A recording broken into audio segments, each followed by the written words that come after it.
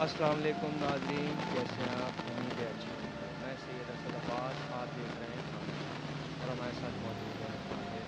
आमिर कैसे हैं? मैं ठीक। आप कैसे हैं असद भाई?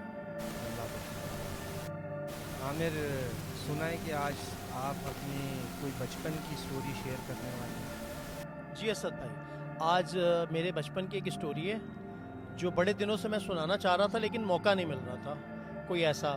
तो अभी हम लोगों ने काफ़ी शो जो हैं वो लोगों की स्टोरियों पे शेयर कर दिए हैं, तो आज मैं चाह रहा था कि नाज़रीन को अपनी स्टोरी शेयर करूं। सबसे पहले आप चैनल को सब्सक्राइब कर लें और बेल आइकॉन ऑन कर लें ताकि हमारी तमाम आने वाली वीडियोस आप तक पहुंच सकें। हैंड फ्री लगा लें और खामोशी चैनल का नाम तो आपको पता ही है, ठीक है ना? खामोशी रखें, एक बार आयतल कुर्सी पढ़ लें और अब हम चलते हैं स्टोरी की तरफ। और एक बार आयतल कुर्सी तुम भी पढ़ लो। हाँ हाँ, मेरी भी तबीयत मुझे लग रहा है ख़राब होने वाली है इस वीडियो में। बहुत ही हॉरिबल स्टोरी है मेरे अपने मामू की। और वो मामू जो मेरे बेस्ट मामू नहीं होते आपकी लाइफ के, कि जिनसे आपकी बहुत मोहब्बत हो, आपने साथ टाइम बहुत ज़्यादा गुजारा हो, सारे राज उनको पता हो। सारे राज उनको पता हो और उनके राज सारे मुझे पता हो। दिन रात मैंने उनके साथ टाइम गुजारा है ज़िंदगी में ना। अगर मैंने अपनी अम्मी अबू के बाद किसी के साथ टाइम गुजारा है जो अपना बचपन था मेरा, वो मैंने उस अपने मामू के साथ गुजारा है। उनका नाम तो मशहूर है, वो क्रिकेट बहुत ज़्यादा खेला करते थे, तो फास्ट बॉलर होते थे वो। तो उनका नाम, एक इंडियन बॉलर था सांधू, तो वो भी फास्ट बॉलर था। उसी को लेके मेरे मामू का स्टाइल कुछ उसी की तरह था, तो लोगों ने उसका नाम रख दिया सांधू। तो अब हम उसको सांधू ही बोलते हैं सारे। तो मैं भी ये उनके ही नाम से, सांधू से ही उनको पुकारूंगा, क्योंकि उनको सब लोग सांधू के नाम से जानते हैं। मैंने सुना है कि वो बॉल बहुत अच्छी करते हैं, बहुत फास्ट बॉलर थे। बहुत बड़े पेसर थे भाई।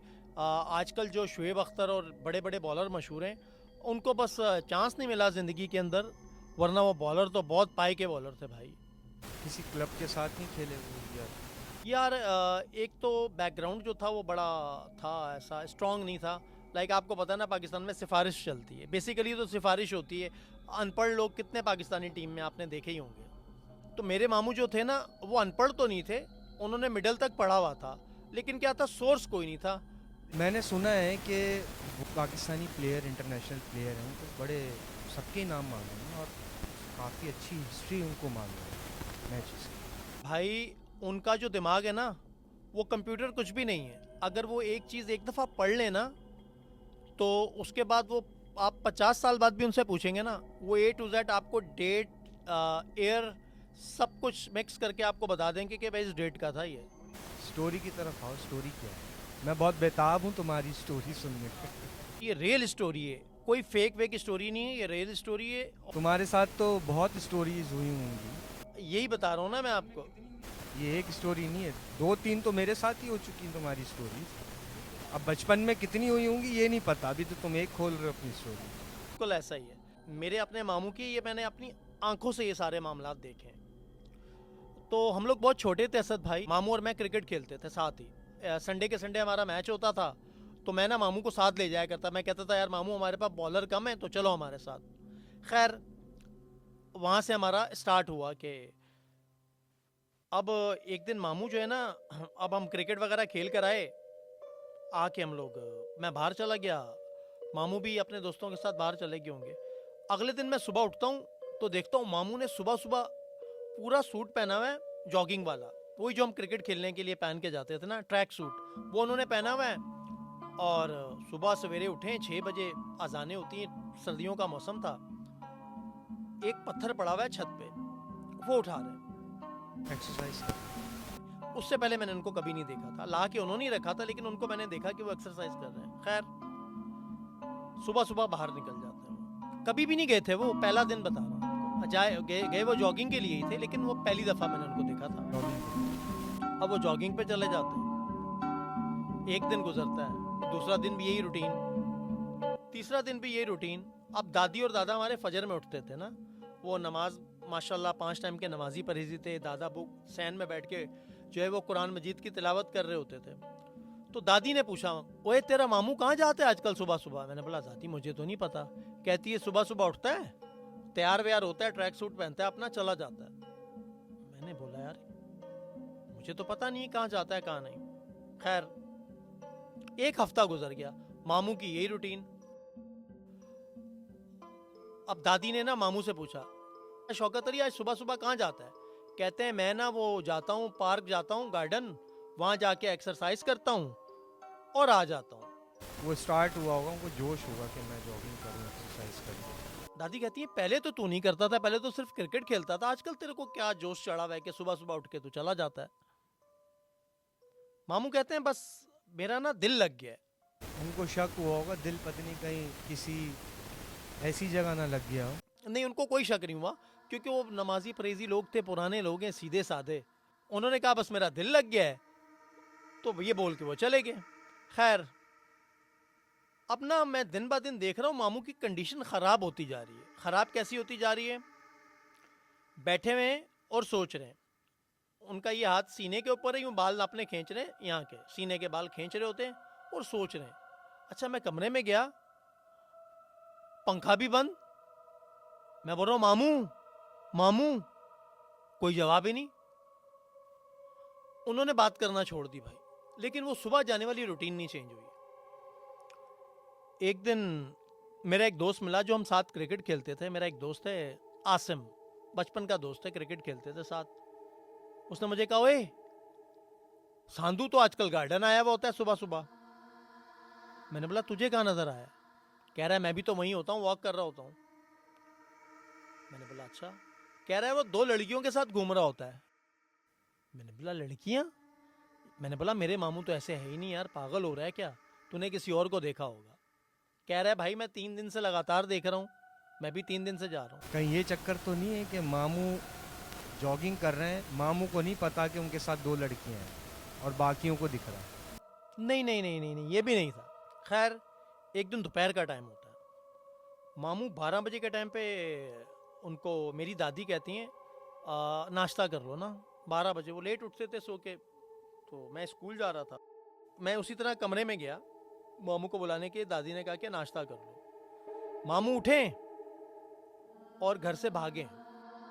जब भागे मैं भी ज़ाहिर उनके पीछे गया। मैंने बोला ये कहाँ जा रहे हैं? और वो घर से, मैं उनके पीछे पीछे पीछे जा रहा हूँ, तेज तेज चल रहे हैं। वो डिफेंस में जाके एक पेड़ के नीचे बैठ गए। मैंने बोला मामू आप यहाँ क्यों आके बैठ गए? चलें, दादी कह रही है नाश्ता बन गया, नाश्ता करें। कहते नहीं नहीं, मुझे अपनी दोस्त से मिलने जाना है। मैंने बोला मामू कहाँ, कौन सी दोस्त, कहाँ जा रहे हैं, क्या बोल रहे हैं, समझ नहीं आ रही मुझे। कह रहे हैं तुझे नहीं पता, तू जा घर, मैं भी आता हूँ। मैं खड़ा हो गया वहाँ पे। अब मुझे उनसे डर लगने लग गया। मैंने बोला यार ये पता नहीं क्या हो रहा है। खैर, अब क्या होता है, ये ना मैं वहीं पे खड़ा होता हूँ और मामू उठते हैं, मामू चले जाते हैं सीधी गली में। डिफेंस में एक छोटा कब्रिस्तान है, उसी गली में बिल्कुल सीधा चले जाता है। अब मैं इनको दूर से खड़ा होकर देख रहा हूँ। एक कब्रिस्तान से थोड़ा सा पहले एक बैंगलो है, बैंगलो में पेड़ लगा हुआ है और इस बैंगलो में कोई नहीं रहता। वो बंद बैंगलो है जहाँ मामू उस दरवाजे के पास जाके बातें कर रहे हैं। मैं देख रहा हूँ, पता नहीं, दूर खड़ा हूँ, मैं देख रहा हूँ ये पता नहीं किससे बातें कर रहे हैं। खैर, थोड़ी देर गुजरती है, मामू वापस चलना शुरू कर देते हैं। यूँ हाथ हिला रहे हैं, वापसी की तरफ चलते हैं। तुम्हें हाथ हिला? नहीं नहीं, मुझे नहीं हाथ हिलाते। वो बैंगलो की तरफ, जो जिस दरवाजे पे वो खड़े हुए थे ना, उस बैंगलो में कोई भी नहीं रहता था। बंद दरवाजे के ऊपर किसी से बात कर रहे हैं और यूं यूं हाथ हिला रहे हैं जाते हुए। वापस आ गए। किसी और को नजर नहीं आ रहा? नहीं नहीं, मुझे वो नजर आ रहा है, वो किसी से बात कर रहे हैं। अब जो जिससे वो बात कर रहे हैं वहां सिर्फ दरवाजा है। तुम लोगों को नजर नहीं आ रहा ना, मामू को नजर आ रहा, वो जिससे बात कर रहे हैं। हाँ, अब मामू वापस आ रहे हैं, मैं वहीं खड़ा होकर मामू का वेट कर रहा हूँ। मैंने बोला मामू किससे बात कर रहे थे? वहां पे तो कोई भी नहीं रहता, वो तो घर खाली है। कह रहा है नहीं नहीं, मेरी दोस्त रहती है यहाँ पे, तुझे क्या पता? मैंने बोला मामू मुझे तो कोई नहीं नजर आ रही थी। कह रहा है मुझे तो नजर आ रही थी ना। अब मामू घर आते हैं, उनकी जो कंडीशन थी ना, उससे पता है क्या हो रहा था? उससे ये हो रहा था, एक तो वो पहले बहुत बातें किया करते थे, मतलब 24 घंटे उनका यही काम था, बातें करना और हंसते रहना। अब एक तो उनकी हंसी रुक गई, दूसरा उन्होंने किसी से बात करना छोड़ दी। फिर यही मामला चलता रहा। फिर मामू से मैंने पूछा मामू कौन लड़की है? कह रहा है यार मैं सुबह सुबह जाता हूँ ना, वो 2 बहनें, वो ना मेरे साथ मैं पार्क में वॉक कर रहा था, तो मेरे साथ आ गई, बातें करना शुरू हो गई। तो मुझे कहती हैं तुम बहुत अच्छे लगते हो, मेरे साथ शादी करोगे? मामू कह रहे हैं यार मैं उससे शादी करूंगा। मैंने बोला यार ये क्या मार रहा है। खैर कह रहा उस घर में रहती हैं, सुबह सुबह मेरा वेट करती हैं दरवाजे पे, फिर मैं जाता हूँ तो मेरे साथ ही वो जॉगिंग करने जाते हैं। मैंने बोला मामू मुझे तो कोई नज़र नहीं आ रहा था, आपके साथ कोई मसला हो गया, आप जाके किसी को चेक करवाएं, अपना इलाज करवाएं, आपको कोई दिमागी मसला हो गया। तुम्हें नज़र आया है वहाँ पे कि मामू किसी से बात कर? नहीं, मुझे भी कुछ नज़र नहीं आया। मेरे दोस्त ने ज़रूर बताया था कि 2 लड़कियों के साथ ये बात करता है, इसके साथ 2 लड़कियां होती हैं और ये वॉक कर रहा होता है। ये मेरे दोस्त ने मुझे बताया था। उनके जो दोस्त हैं तो उनको भी दिखाई दिया? जिस पार्क में मेरे मामू वॉक करने जाते थे सुबह सुबह जॉगिंग करने के लिए, उसी पार्क में मेरा एक दोस्त सुबह सुबह वॉक करने के लिए जाता था, जॉगिंग करने के लिए वो भी जाता था। उसने देखा था। उसको भी नज़र आ रहा है? हाँ, उसने देखा था कि मामू किसी 2 लड़कियों के साथ है। मुझे वो उसी ने तो मुझे बताया था कि ऐसा ऐसा, तब जाके हमने मामू का पीछा करना शुरू किया। खैर मामू का दिमाग उल्टा कर दिया था उन चीज़ों ने। वो कोई आम चीज़ें नहीं थी, वो कोई जिन्नात वगैरह थे। फिर मामू की खामोशी, मामू का बात ना करना, खाना ना खाना, पंखा बंद करके, इतनी गर्मी है और पंखा बंद करके बैठे हुए हैं, बिल्कुल समझे कि वो सुन हो गए थे, सुन पार्टी हो गए थे। फिर उनका यहाँ पे दिल भी नहीं लगना, मतलब जो है ना आहिस्ता आहिस्ता उनकी तबीयत अजीब हो गई थी। यानी वो उनके फुल पकड़ में, ग्रिप में आ चुके थे और बीमारी की तरफ जा चुके थे। जी जी। फिर हमारे दादा ने किसी साहब को बुलाया, इनका उनसे इलाज करवाया, तकरीबन 1 साल लगा सेट होने में। फिर मेरे मामू कराची नहीं रहे, फिर वो यहाँ से पंजाब चले गए, लेकिन वहाँ जाके भी उनकी तबीयत सही नहीं हुई। कुछ सालों बाद वो वापस कराची आए, वालदा को छोड़ने के लिए आए थे मेरी। हमारे घर पे एक मुल्तान से मेहमान आए हुए थे। वो जो मेहमान थे वो अब्दुल्ला शाह गाजी आए हुए थे। उन्होंने मामू को देखा, देखने के बाद उन्होंने मामू से कुछ सवालात किए। वो चीज़ मामू के ऊपर हाजिर हो गई, वही कैफियत हो गई। अब वो इल्म वाले बंदे थे जिन्होंने मामू को देखा और बातचीत की, अब मामू पे हाजिरी हो गई, वो चीज़ हाजिर हो गई। वो कहते हैं मैं इसको कभी भी नहीं छोड़ूंगी, मैं इसके साथ 20 सालों से हूं और जितने भी तुम्हारे सारे नुकसान होते हैं सब मैं करती हूं, ये मेरा है। और मेरे मामू लेट गए जमीन पे, उन्होंने कोई छुरी वगैरह लेके उन पे यूं रख दी मामू के ऊपर। अब वो कह रही है कि मुझे छोड़ो, मुझे छोड़ो। उन्होंने बोला तुझे जाना ही पड़ेगा। अच्छा असद भाई, वो चीज, जब तक वो चीज थी मामू के ऊपर, मामू ना सोते थे तो मुंह में चम्मच रख के सोते थे। मामू का ना मुंह जो था नींद में चलता था, वो चम्मच दांतों के नीचे दबा के सोते थे। सारे लोगों को उनको दिखाया लेकिन उनको आराम नहीं आया। चम्मच क्यों रखते थे कि मुंह ना चले? हाँ, मुंह ना चले। वो जब सोते थे ना, जब तक वो चीज इनके साथ रही, मुंह में चम्मच दबा के सोते थे। खैर वो बड़े पहुंचे हुए थे जो मुल्तान से आए हुए थे, वो इसी सिलसिले से थे, अब्दुल्ला शाह गाजी के। उन्होंने मामू को जो है वो दम वगैरह किया, मामू का इलाज किया, 1 हफ्ता वो भी हमारे यहाँ पर है। वो दिन और आज का दिन मामू का वो सारा मामला, 20 साल पुराना जो मामला था, वो तब जाके हल हुआ। अब अल्हम्दुलिल्लाह मामू ठीक ठाक हैं, सब खैरियत है, A1 है। आज भी वो उसी तरह फिट हैं, भागना दौड़ना, ना वो बाइक यूज़ करते हैं ना वो कोई और, पैदल जो भी काम होता है यूं दौड़ते हुए जाते हैं। उनकी तकरीबन इस टाइम 60 तक वो पहुंचने वाले हैं उनकी एज, लेकिन उनकी फिटनेस मेरी और आपकी क्या फिटनेस होगी, आज भी वो फिट हैं। तो ये मेरी आंखों देखा और कानों सुना वाक़या है, और वहाँ से मेरे मामू को 20 साल बाद जाके आराम आया। ये चीज़ें जिसको लग जाती हैं उसकी जान नहीं छोड़ती। तो नाजरीन, उम्मीद है आमिर की स्टोरी आपको पसंद आई होगी। आप अपना फीडबैक देना ना भूलें।